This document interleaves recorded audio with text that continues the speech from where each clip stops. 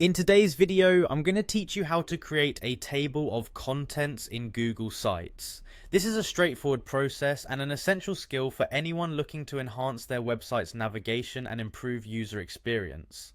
Whether you're a novice or just need a refresher, this guide will walk you through each step so you can effectively organize your site's content. To get started, the first thing you need to do is head over to your Google site page. If you're not already familiar with how to do this, simply open your web browser and type in Google Sites in the search bar or go directly to the URL provided. Once you're on the site, log in with your Google account if you haven't already.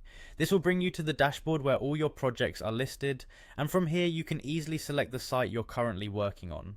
Once you've accessed your site, it's time to insert a table of contents. This feature is particularly useful because it allows visitors to jump directly to the sections they are interested in, making your site more user-friendly and efficient. Look at the left-hand side of your screen and navigate to the sidebar menu. Here you'll find various elements you can add to your pages.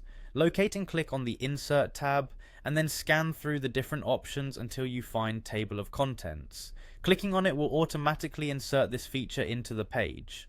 After placing the table of contents onto your page, you'll notice that it appears in a standard layout.